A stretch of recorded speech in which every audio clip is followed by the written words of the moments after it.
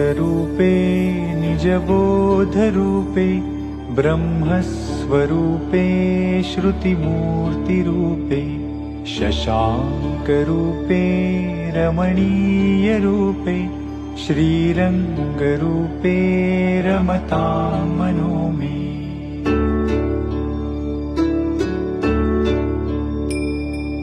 कावेरीतीरे करुणाविलोले मन्दारमूले धृतचारुचेले दैत्यान्तकाले खिललोकलीले श्रीरङ्गलीले रमतां मनो मे।